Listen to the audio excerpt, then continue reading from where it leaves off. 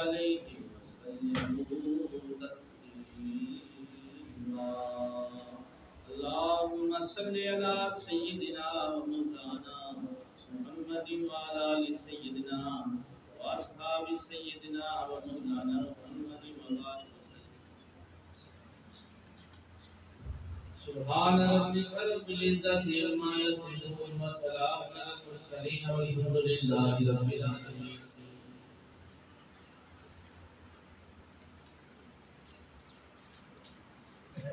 نہتے تھے 313 بشر دو کے شہادت میں نہتے تھے 313 بشر ذوق شہادت میں خدا کے نام پر نکلے محمد کی قیادت میں نہ کثرت تھی نہ شوکت تھی نہ کچھ سامان رکھتے تھے نہ کثرت تھی نہ شوکت تھی نہ کچھ سامان رکھتے تھے فقط اخلاص رکھتے تھے فقط ایمان رکھتے تھے فقط اخلاص رکھتے فقط ایمان رکھتے تھے وہ 313 تھے لگتا تھا زمانہ بھی آج ہم کروڑوں ہیں اور بن گئے ہیں غلامانہ بھی نہایت واجب الاحترام بزرگوں عزیز دوستوں اللہ جل وعلا سے ہندوستان آتے سیدی انبیاء خیر الورا علیہ الرسول جناب محمد رسول اللہ صلی اللہ علیہ وسلم امام محمود درود پیارے آقا صلی اللہ علیہ وسلم کی ذات پر اللہ رب العزت سے دعا ہے حق کہنے حق سننے ہم سب کو عمل کی توفیق عطا فرمائے مسند فردوس چوتھی میں حدیث پاک موجود ہے حضرت ابو بکر صدیق رضی اللہ تعالیٰ عنہ آپ فرماتے ہیں جس طرح جتنی تیزی کے ساتھ پانی آگ کو بجھاتا ہے اس سے زیادہ تیزی کے ساتھ درود شریف گناہوں کو مٹا دیتا ہے فرمایا جتنی تیز پانی اثر کرتا ہے آگ پر فوراً بجھا دیتا ہے فرمایا اس سے زیادہ تیزی درود شریف میں ہے کہ جب بندہ درود پڑھتا ہے تو گناہ مٹا دیا جاتا ہے اور فرمایا کہ جو بندہ حضور کی ذات پر سلام بھیجے نہ صرف درود بھیجے بلکہ سلام بھی بھیجے فرمایا جو سلام بھیجے اس کو غلام آزاد کرنے سے زیادہ فضیلت حاصل ہے یعنی درود و سلام پڑھنے سے اللہ تعالی ہمیں کتنے فضل و برکات عطا فرما رہا ہے آج 16 رمضان مبارک ہے یہ رمضان اپنے اندر بے شمار اہم ترین واقعات کو لے کر آیا ہے جو قرآن و حدیث میں بیان کیے گئے ہیں آج اس واقعہ کا عنوان میں نے آپ کے سامنے رکھا ہے مختصراً وقت کی کمی کے باعث بیان کرنا ہے اور دعا ہے کہ اللہ تعالیٰ کما حقہ اس کو صحیح معنوں میں قرآن و حدیث کی روشنی میں بیان کرنے کی توفیق عطا فرمائے اور سنا کے مجھے اور آپ کو عمل کی توفیق عطا فرمائے 17 رمضان کفر و اسلام کی پہلی جنگ مارکہ حق و باطل آج رات 17ویں رات ہے یعنی 17ویں رات ہے اور کل جو دن آ رہا ہے وہ 17 رمضان کا دن ہے یہ وہ رات ہے جب مسلمانوں پر اللہ نے بڑا ہی کرم فرمایا اور اسے مسلمانوں کے نبی صلی اللہ علیہ وسلم کو اللہ تعالیٰ نے فتح کی نصرت کی خوشخبری سنائی ماہ رمضان المبارک اس کے اندر یہ واقعہ پیش آیا اور پہلا ہی رمضان تھا۔ سن 2 ہجری میں روزے فرض ہوئے، سن 2 ہجری میں ہجرت کا دوسرا سال، پیارے آقا صلی اللہ علیہ وسلم کو مکہ سے آئے ہوئے ابھی دوسرا سال تھا، مدینے میں آئے 2 سال ہوئے تھے تقریباً، اور رمضان شریف نازل ہوا، پہلا رمضان تھا، اور اس کی 17 تاریخ کو یہ کفر اسلام کی پہلی جنگ مقام بدر کے مقام پر یہ لڑائی ہوئی۔ اس مقام پہ پہنچ کر سرکار نے پہلا غزوہ لڑا، اس کو بدر کا نام دیا۔ غزوہ اس کو کہتے ہیں جس میں سرکار خود تشریف لے گئے، اور آپ نے اپنی ساری زندگی میں 27 غزوات میں شرکت فرمائی، 27 غزوے سرکار نے جنگوں میں شرکت فرمائی، اور 27 جنگ آپ نے فتح فرمائی۔ حضور نبی کریم صلی اللہ علیہ وآلہ وسلم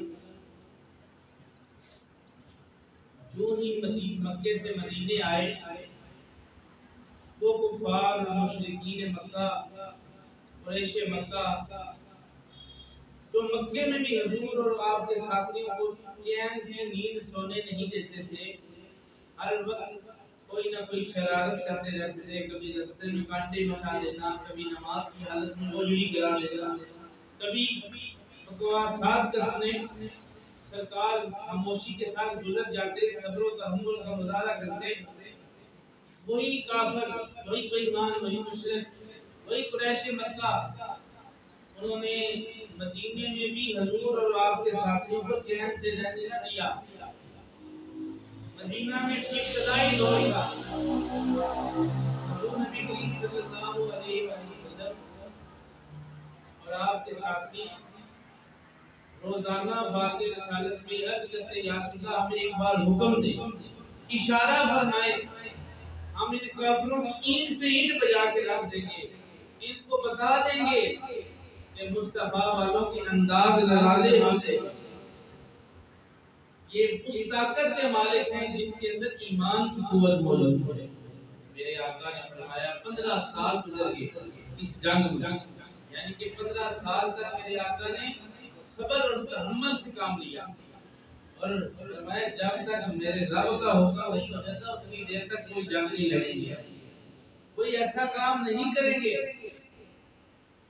آخر وقت آ گیا، آپ نے فرمایا وہ اپنے ساتھیوں سے کہہ دیں کہ اب جنگ کا وقت آ گیا، اب ہتھیار اٹھا لیں، اب صبر کا پیمانہ لبریز ہو چکا ہے، اب صبر اپنی حدیں پار کرنے لگا ہے، اب آپ کو جنگ کرنے کی اجازت ہے، اور جب تک جنگ کا پس منظر ہمیں سمجھ نہیں آئے گا اتنی دیر تک ہم واقعہ نہیں سمجھ سکتے۔ مختصر پیش کر رہا ہے، جو قریش مکہ اور کفار مکہ مدینے میں آ کے تنگ کرتے تھے، ان کا انداز یہ ہوتا تھا تنگ کرنے کا طریقہ کار کہ وہ مسلمانوں کی بکریاں اور بکرے اٹھا کے لے جاتے، جانور چوری کر لیتے تھے، اور مسلمانوں کو خبر اس وقت ہوتی جب وہ مال چوری ہو جاتا تھا، کیونکہ اس وقت سرمایہ ہی جانور ہوا کرتے تھے۔ یہ بات بار بار سامنے آ رہی تھی کہ حضور صلی اللہ علیہ وسلم کے صحابہ کا مال چوری ہو جائے۔ ایک بار حضور صلی اللہ علیہ وسلم نے فرمایا کہ ان کا ایک قافلہ مکے سے آ رہا ہے اور مدینے کی سرحد سے گزرتا ہوا شام جائے گا، ہم بھی ارادہ کرتے ہیں کہ اس قافلے کو لوٹ لیں گے۔ حضور صلی اللہ علیہ وسلم نے فرمایا کہ تاکہ ان کو سبق مل جائے کہ مسلمان اتنی طاقت کے مالک ہیں، اگر ایک قدم اٹھائیں تو اللہ ان کا ساتھ دے گا۔ حضور نبی کریم صلی اللہ علیہ وسلم 313 مسلمانوں کو تیار کر دیا، چند مسلمان باقی تھے جو مدینے میں رہ گئے۔ ادھر ابو سفیان جو قافلہ لے کر آ رہا تھا تجارت کا مال، اسے پتہ چل گیا کہ مسلمان حملہ کرنے والے ہیں۔ اس نے ایک چال چلی، اس نے ایک گھوڑے کے کان کٹوا کے ایک آدمی اس پر بٹھایا، اس کا کان زخمی کر کے اہل مکہ کی طرف روانہ کر دیا کہ تمہارے قافلے کو مسلمانوں نے لوٹ لیا ہے، جلدی کرو اور اپنے قافلے کو، اپنے مال کو بچا لو۔ حالانکہ ایسا بھی نہیں ہوا تھا۔ حضور نبی کریم صلی اللہ علیہ وسلم آپ کو اس وقت پتا چلا جب ابو سفیان جو بعد میں مسلمان ہوئے، انہوں نے یہ سارا معاملہ کفار تک پہنچا دیا تھا۔ اب کافر مکہ چھوڑ کر 1000 کا لشکر لے کر مقام بدر پر آگے اور مسلمانوں سے اعلان جنگ کر دیا۔ حضور نبی کریم صلی اللہ علیہ وسلم آپ غالباً 12 رمضان مبارک کو مدینے سے نکلے اور مقام بدر پر سفر کرتے کرتے پہنچے۔ 16 رمضان مبارک کو یہ سفر مکمل ہوا۔ ادھر تعداد 313 ہے اور سرکار دو عالم صلی اللہ علیہ وسلم بدر کے میدان میں پہنچے، ساز و سامان پاس نہیں، 2-3 تلواریں ہیں اور 2 گھوڑے ہیں، 6 زرے ہیں، اور کھانے پینے کے لیے کیا ہے؟ مسلمانوں کے روزے، پہلا رمضان ہے، ایک کھجور کھا کے سحری کی، ایک کھجور کھا کے افطاری کری۔ میرے آقا کے غلاموں کی شان تو دیکھو، ایک کھجور کھا کے سحری کی، ایک کھجور کھا کے افطاری کی ہے۔ حضور نبی کریم صلی اللہ علیہ وسلم نے دیکھا کہ سامنے 1000 کا لشکر ہے اور مسلمانوں کی تعداد 313 ہے۔ میرے آقا بڑے سے پریشان ہوئے، لشکر بہت بڑا ہے، ان کے پاس ساز و سامان بھی ہے، تیر و خنجر بھی ہے، دیگ اور بھالے بھی ہیں، نیزے بھی ہیں، سارا جنگی سامان ان کے پاس موجود ہے، اور ادھر مسلمانوں کے پاس کیا ہے؟ حفیظ نے لکھا ہے، وہ کہتا ہے تھے ان کے پاس 2 گھوڑے 6 زر ہیں، 8 شمشیریں، اور پلٹنے آئے تھے یہ لوگ دنیا بھر کی تقدیریں، نہ تیر و خنجر پر، نہ تیر، نہ تکیا، نہ بھالے پر، بھروسہ تھا بس ایک سادی سی کالی کملی والے پر۔ یہ لشکر ایسا لشکر تھا کہ حضور صلی اللہ علیہ وسلم کے نام لیوا، رب کے نام لیوا ہے۔ حفیظ کہتا ہے یہ لشکر ساری دنیا سے انوکھا تھا، نرالا تھا، اس لشکر کا افسر ایک ساتھی سی کالی کملی والا تھا۔ یہ شان تھی اس لشکر کی۔ میرے آقا صلی اللہ علیہ وسلم تھوڑے مغموم ہوئے، آپ نے انصار اور مہاجر صحابہ دونوں کو سامنے بٹھا لیا اور اپنے ساتھ ہجرت کرنے والے ابو بکر و عمر کو سامنے بٹھا کے پوچھا، اے ابو بکر، اے عمر، جنگ کا زمان ہے، جنگ ہونے والی ہے، ہم تو گھر سے اس نیت سے نہیں نکلے تھے، ہم تو اس قافلے پر لوٹنے نکلے تھے، حالات یکدم تبدیل ہو گئے ہیں، اب اللہ کا حکم بھی آ گیا ہے، تمہارا کیا ارادہ ہے؟ ابو بکر و عمر رضی اللہ تعالیٰ عنہ مہاجر سے آبا ہے، حضور کے ساتھ جو ہجرت کر کے انہیں مہاجر کرتے ہیں، انہوں نے جواب دیا۔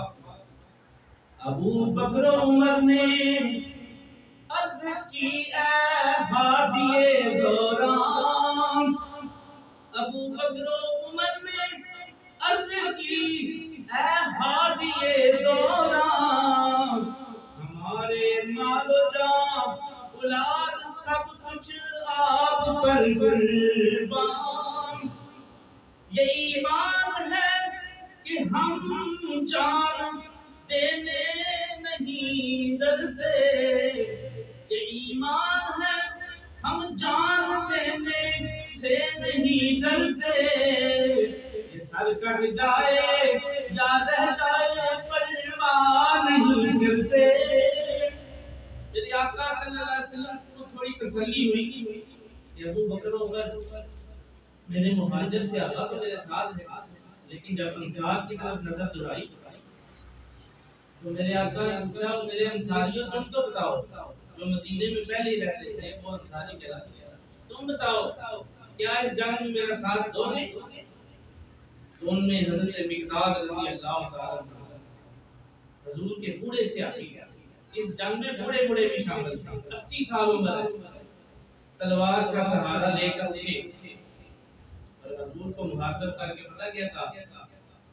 اٹھے مقداد اٹھ کر کہنے لگے اے سرور عالم، نہیں ہے قوم موسیٰ کی طرح کہہ دینے والے ہم، نبی کا حکم ہو تو پھاند جائیں ہم سمندر میں، جہاں کو محو کر دیں نعرہ اللہ اکبر میں۔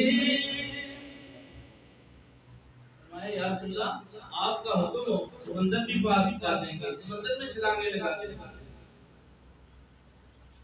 اب انصاری بھی حضور کو تسلی دے رہے ہیں، مہاجر بھی دے رہے ہیں، پیارے آقا صلی اللہ علیہ وسلم، رات بڑی 17ویں رات ہے، ادھر کافر ان کے پاس کھانے پینے کی اشیاء بھی بے شمار ہیں، اونٹ ہیں، ایک ایک وقت پر ایک ایک اونٹ ذبح کیا جا رہا ہے، اور وہ مسلمانوں سے پہلے ہی آ کے ڈیرا لگا چکے تھے، اور انہوں نے جو جگہ منتخب کی وہ اونچی تھی، اور جو مسلمانوں کے پاس جگہ آئی وہ ریتلی تھی۔ میرے دوستو حضرت محمد مصطفیٰ صلی اللہ علیہ وسلم جنگ کا نقشہ دیکھ رہے تھے اور میدان جنگ میں اتر کر آپ نے کچھ نشانات لگائے۔ حضرت انس بن مالک رضی اللہ تعالیٰ عنہ فرماتے ہیں کہ میں حضور کے ساتھ تھا اور میرے جنگ کے دوران بھی کہیں اور توجہ نہیں رہی میری، اگر توجہ رہی تو ان نشانوں کی طرف رہی جہاں حضور نے نشان لگائے تھے۔ میں نے عرض کی یا رسول اللہ نشان کس جگہ اور کیوں لگا رہے ہیں اس جگہ پہ نشان؟ میرے آقا نے فرمایا اے انس بن مالک گواہ ہو جا، میرے اللہ نے چاہا تو فلاں کافر یہاں پہ آ کے مرے گا، فلاں کافر کی لاش یہاں پر گرے گی، فلاں کافر وہاں پہ مرے گا۔ حضور نے نشان لگائے، جنگ ختم ہوئی، انس بن مالک فرماتے ہیں یا رسول اللہ صلی اللہ علیہ وسلم آپ نے سچ فرمایا تھا، جس جگہ پہ آپ نے نشان لگائے ہیں وہیں کوئی کافر آ کے مرا ہے، وہیں گرا ہے۔ مہربان آقا صلی اللہ علیہ وآلہ وسلم آپ نے رات مصلی بچھایا اپنے خیمے میں اور رب کی بارگاہ میں دعا کی۔ وہ دعا کیا تھی؟ یا رب یہ مٹھی پر مسلمان اگر آج یہ ختم ہو گئے تو قیامت تک تیرا نام لیوا کوئی نہ بچے گا، دنیا میں کوئی بھی تیرا نام نہیں لے گا۔ اے اللہ کے محبوب صلی اللہ علیہ وسلم آپ یہ دعا کیوں کر رہے تھے؟ فرمایا سامنے 313 مسلمان اور 1000 کا مقابلہ نظر آ رہا تھا۔ رب تعالیٰ نے تسلی اپنے محبوب قرآن کی آیات نازل سورہ انفال، اللہ ارشاد فرماتے ہیں استغیثون ربکم فاستجاب لکم انی ممدکم بألف من الملائکۃ منزلین۔ سبحان اللہ کا ایمان دارو، فرمایا کہ اللہ نے خوشخبری دی محبوب پریشان نہ ہو، کل جب میدان بدر میں آپ کے ساتھی جنگ کے لیے اتریں گے تو میں 1000 فرشتوں کے ساتھ آپ کی مدد کروں گا، 1000 فرشتوں کے ساتھ آپ کی مدد فرماؤں گا۔ حضور نبی کریم صلی اللہ علیہ وسلم کی تھوڑی تسلی ہوگی، اور جب آپ مصلی پہ بیٹھے تھے تو آپ کی آنکھوں میں آنسو تھے، جب مصلی سے اٹھے تو آپ کا چہرہ خوشباش ہوا، نشاش بشاش ہو گیا۔ باہر آئے، غلاموں نے دیکھا کہ حضور کے چہرے پہ رونق نظر آ رہی ہے، نور نظر آ رہا ہے۔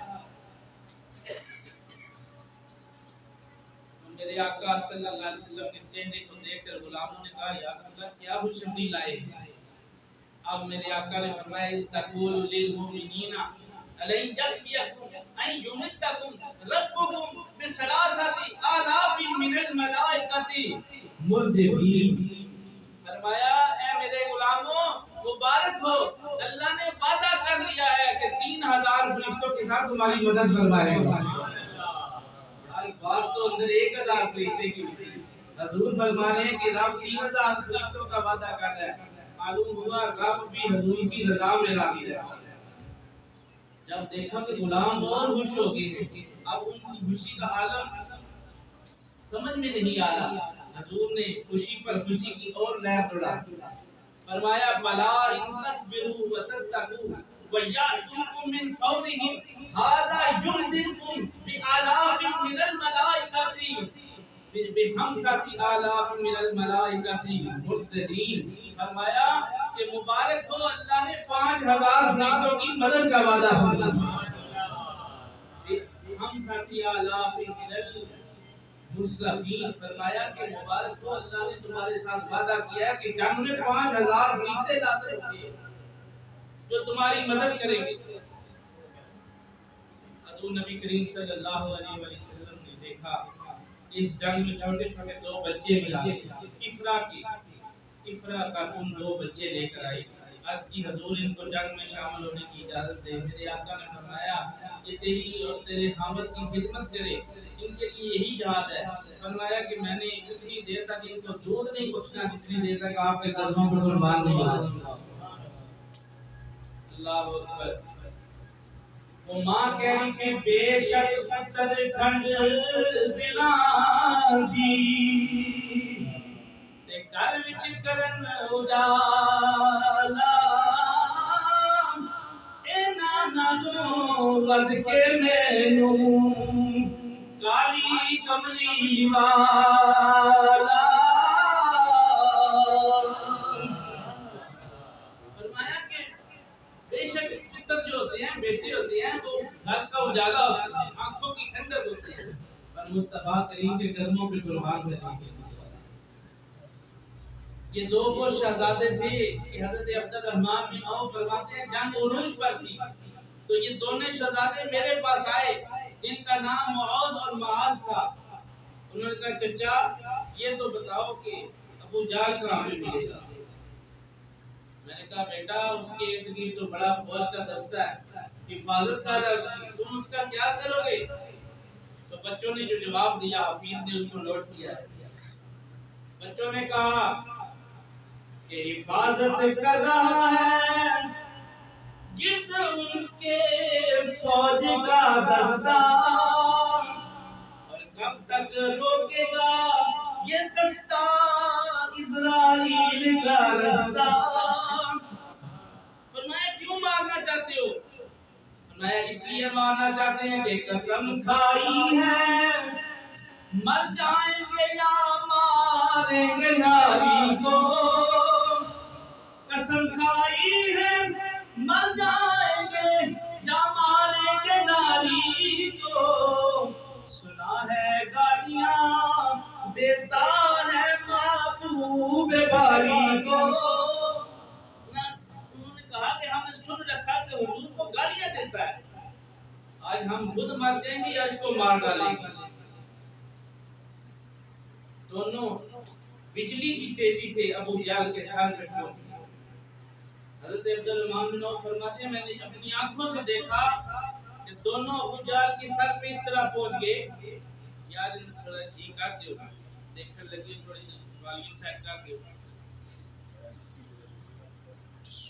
دونوں بجلی کی تیزی سے پہنچ گئے اور جا کے ابو جہل کے سر پہ ایک حملہ کیا. اس طرح حملہ کیا کہ ابو جہل کا سر کٹ گیا اور اکرمہ ابو جہل کا بیٹا آیا، اس نے حضرت معاذ کا بازو قلم کر لیا، بعد میں مسلمان ہو گیا.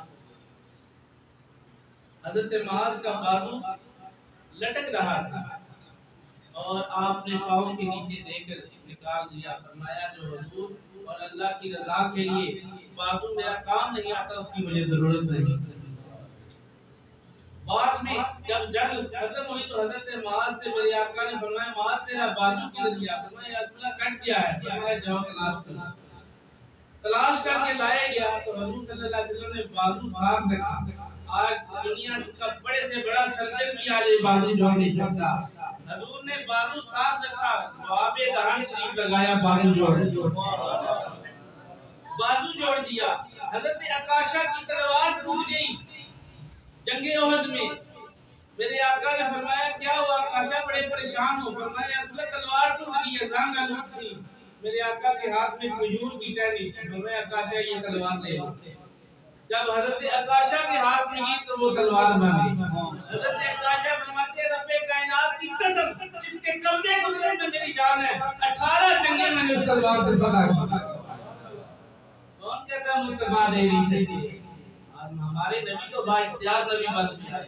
یہ معجزات مصطفیٰ سے ہوتا ہے. تو حضرت معاذ کا بازو بھی جوڑا، جنگ ختم ہوئی. آخری بات کریں گے، وقت کی قلت ہے. 17 رمضان مبارک 313 مسلمانوں سے 14 مسلمان شہید ہوئے اور 70 کافر مارے گئے، 70 ہی قیدی بنے. جو کافر مارے گئے ان کو ایک گڑھے میں دفن کر دیا گیا. پیارے آقا صلی اللہ علیہ وسلم نے ان کو خطاب فرمایا، فرمایا دیکھو میں تمہیں کہا کرتا تھا آؤ اللہ کے دین کی طرف آ جاؤ، اللہ کی عبادت کرو، نماز پڑھو اور روزے فرض ہو گئے روزے رکھو، احکامات الہیہ تمہیں بتایا کرتا تھا، اور آج تم نے میری بات نہیں مانی، موت تمہارا مقدر بن گئی. حضرت عمر فاروق رضی اللہ تعالیٰ عنہ قریب ہوئی. قریب ہو کے پتہ کیا کہتے ہیں؟ یا رسول اللہ صلی اللہ علیہ وسلم یہ بات جو آپ فرما رہے ہیں، وہ فرما رہے ہیں، یہ کافر آپ کی بات سن رہے ہیں؟ میرے آقا نے فرمایا ہاں عمر تم سے زیادہ سن رہے ہیں. کافر سن رہے ہیں، بس فرق یہ ہے کہ یہ بول نہیں سکتے، جواب نہیں دے سکتے، لیکن میری بات سن رہے ہیں. میرے دوستو مسئلہ حل ہو گیا. ہم قبروں پہ جا کے دعا اس لیے کرتے ہیں کہ ہمارا عقیدہ اور ایمان ہے اہل قبر ہماری فاتحہ سنتے ہیں. اگر کافر سن رہے ہیں تو مومن کی شان تو افضل والا ہے. یہ درباروں پہ جا کے اللہ والوں سے دعا کرو، اللہ والے ہماری دعاؤں کو قبول فرمانے میں مدد کرتے ہیں، وسیلہ بنتے ہیں. تو میں عرض کر رہا تھا کہ جب یہ جنگ ختم ہوئی تو جو کافر قیدی تھے، رات آدھی رات کا وقت ہوا، زنجیروں میں جکڑے ہوئے تھے. میرے آقا نے بلال حبشی کو بلایا، فرمایا بلال میں اللہ کا رحمت للعالمین نبی بن کے آیا ہوں، جاؤ قیدیوں کی زنجیریں ڈھیلی کر دو، رسیاں ڈھیلی کر دو. مجھ سے ان کی تکلیف نہیں دیکھی جاتی، حالانکہ وہ کافر ہیں، حضور رحمت للعالمین ہیں، کافروں کے لیے بھی رحمت بن کے آئے ہیں. وہ نبیوں میں رحمت لقب پانے والا، مراد غریبوں کی بر لانے والا، اتر کر ہرا سے سوئے قوم آیا، ایک رسخہ دنیا ساتھ لایا. وہ بجلی کا کڑکا تھا یا سوتے ہاتھی، عرب کی زمین جس نے ساری ہرا. فرمایا یہ کافر تھے اور میرے آقا ان کے لیے بھی رحمت بن کے آئے. حضور صلی اللہ علیہ وسلم نے رسیاں ڈھیلی کروا دی. صبح ہوتے ہی نماز فجر ادا ہوئی، سب کافروں کو بلایا گیا، کہا کہ فدیہ دو اور آزاد ہو جاؤ. جن کے پاس فدیہ نہیں، مسلمانوں کے 10 بچوں کو پڑھنا لکھنا سکھا دو، آزاد ہو جاؤ. جب حضرت عباس رضی اللہ تعالیٰ عنہ اس جنگ کے بعد مسلمان ہوئے، وہ آئے نا حضور کے چچا تھے، سگے چچا. میرے آقا نے فرمایا چچا فدیہ دے، آزاد ہو جاؤ. نگاہ نبوت تو کچھ اور دیکھتی تھی. چچا نے کہا بھتیجے محمد صلی اللہ علیہ وسلم آپ کو پتا ہے میں اپنی بستی میں بڑا غریب ہوں، میرے پاس فدیہ کہاں سے آیا، میں تو بڑا غریب ہوں. میرے آقا مسکرائے، فرمایا چچا جب تو گھر سے چلا تھا جنگ لڑنے کے لیے، اپنی بیوی کو ایک سونے کی اینٹ دے کے آیا تھا اور سونے کی اینٹ دے کے کہا تھا کہ میں مر جاؤں تو میرے مر جانے کے بعد پتہ نہیں بیٹے تیرے کام آئیں گے یا نہ آئیں گے، یہ سونا بیچ کر اپنی بقیہ زندگی گزار لینا. چچا بتا سونا غریبوں کے پاس ہوتا ہے یا امیروں کے پاس ہوتا ہے؟ حفیظ کہتا ہے یہ سنتے ہی جناب عباس پر لاشا ہوا تاری. کبھی تاری ہوگی. یہ سنتے ہی جناب عباس پر لاشا ہوا تاری. یہ محمد تو رکھتا ہے دلوں کی بھی خبر. خبرداری، یہ سنتے ہی محال وجد میں ایمان لے آیا، اور فدیہ سارے کا سارا ایک ہی دفعہ ادا کر ڈالا۔ حضور نبی کریم صلی اللہ علیہ وسلم نے فرمایا کہ جا اب کیا ارادہ ہے؟ کلمہ پڑھ کے مسلمان۔ سیدنا عباس رضی اللہ تعالیٰ عنہ، حضور کے چچا مسلمان ہو گئے۔ یہ وہ جنگ تھی جس میں باپ بیٹے کے مقابلے میں تھا، بیٹا باپ کے مقابلے۔ سیدنا ابو بکر صدیق کے بیٹے محمد بن ابو بکر جو مسلمان نہیں ہوئے تھے، وہ بعد میں ایک دفعہ حضور حضرت ابو بکر صدیق کو کہنے لگے، ابا حضور میدان بدر میں آپ نے تلوار کی زنگ میں آ چکے تھے، میں نے سوچا کہ میرا باپ ہے، بڑے درجے ہیں، مجھے پالا ہے، پوسا ہے، میری پرورش کی ہے، میں نے یہ سوچ کر آپ پر تلوار نہیں چلائی اور چھوڑ دیا۔ ابو بکر صدیق رضی اللہ تعالیٰ عنہ نے فرمایا، بیٹا اگر تو میری تلوار کی زنگ میں آ جاتا تو میں ضرور تجھے قتل کرتا، کیونکہ یہ باپ بیٹے کی جنگ نہیں تھی، کفر و اسلام کی جنگ تھی، حق و باطل کی جنگ تھی، اور صحیح و غلط کی جنگ تھی۔ تو اس وقت غلط تھا، میں صحیح تھا، اگر تم میری تلوار کی زنگ میں آتا میں ضرور تجھے قتل کرتا۔ یہ ایسا جذبہ تھا، جذبہ ایمانی تھے۔ ان کے پاس 2 گھوڑے، 6 زرہیں، 8 شمشیریں، پلٹنے آئے تھے یہ لوگ دنیا بھر کی تکبیریں، نہ تیر و خنجر پر، نہ تیل، نہ تبیہ، نہ بھالے پر، بھروسہ تھا باطل ساتھی سلطانی کملی والے۔ میرے دوستو آخری بات کرتے ہیں، 20 رمضان المبارک کی آمد ہے۔ اعتکاف کرنا سنت موقع ہے۔ پیارے آقا صلی اللہ علیہ وسلم جب سے رمضان شروع ہوا آخری زندگی کے رمضان تک آپ نے 11 رمضان گزارے، بعد روایت میں آتا ہے کہ 9 رمضان گزارے۔ آپ نے ہر سال اعتکاف کیا، ایک دفعہ پورے مہینے کا اعتکاف کیا، ایک دفعہ آپ نے 20 روزوں کا اعتکاف کیا، اور 10 دن کا ہر سال اعتکاف کروایا۔ اور اس کی وجہ اگر بتاؤ تو وقت چلا جائے گا، صرف اتنا سمجھ لیں کہ پیارے آقا صلی اللہ علیہ وسلم کی یہ سنت ہے۔ حضور نے فرمایا فرمایا جس نے اللہ اور اس کے رسول کی رضا کے لیے اعتکاف کیا مسجدوں میں، فرمایا اللہ تعالیٰ اس کو 2 مقبول حج اور 2 مقبول عمروں کا ثواب عطا ہوتا ہے۔ میں نے سن رکھا ہے کہ ہماری اس مسجد میں مجھ سے پہلے آج تک کوئی بھی اعتکاف نہیں بیٹھا، تو کوئی بھی نوجوان ارادہ کرے نیکی کا کہ اپنی گناہ اور مصروفیات میں سے ہم ٹائم نکال کے 10 دن کے لیے مسجد میں اعتکاف کریں، 2-4 نوجوان بیٹھ کے، ضروری نہیں کیمپ لگانا کوئی فرض واجب نہیں ہے، بندہ ایسے بھی بیٹھ کے اوپر چادر لے لے تھوڑی تو بندہ اعتکاف سے ہے، بس عام بندے کو پتہ چلے کہ اس سے بات چیت نہیں کرنی ہے، اعتکاف کرنا۔ بے شمار مسائل ہے اعتکاف کے، جس بندے نے اعتکاف بیٹھنا ہو تو بعد میں مجھ سے مسئلہ پوچھ سکتا ہے، میں ایسی مسجد میں امامت کرواتا ہوں، وہ مجھ سے بات کر کے مسائل پوچھ سکتا ہے۔ اور اعتکاف بیٹھنا ضروری ہے، اگر محلے میں سے کوئی ایک بھی نہ بیٹھا تو ساری بستی گناہگار ہے۔ اعتکاف ضرور فرمائیں، اس کے بڑے ثواب ہیں، بڑا اجر ہے۔ اللہ تعالیٰ مجھے اور آپ کو عمل کی توفیق عطا فرمائے۔ وآخر دعوانا ان الحمد للہ رب العالمین۔ تمام حضرات سے گزارش ہے سب درست کر لیں، نیچے بیسمنٹ کا دروازہ کھول دیا گیا، جو 12 حضرات دور میں بیٹھنے تنگ ہیں وہ اندر آ جائیں۔ 1 منٹ آپ کو دیا جاتا ہے، اس کے بعد سنتے ہیں پہلے نیچے سب مکمل کر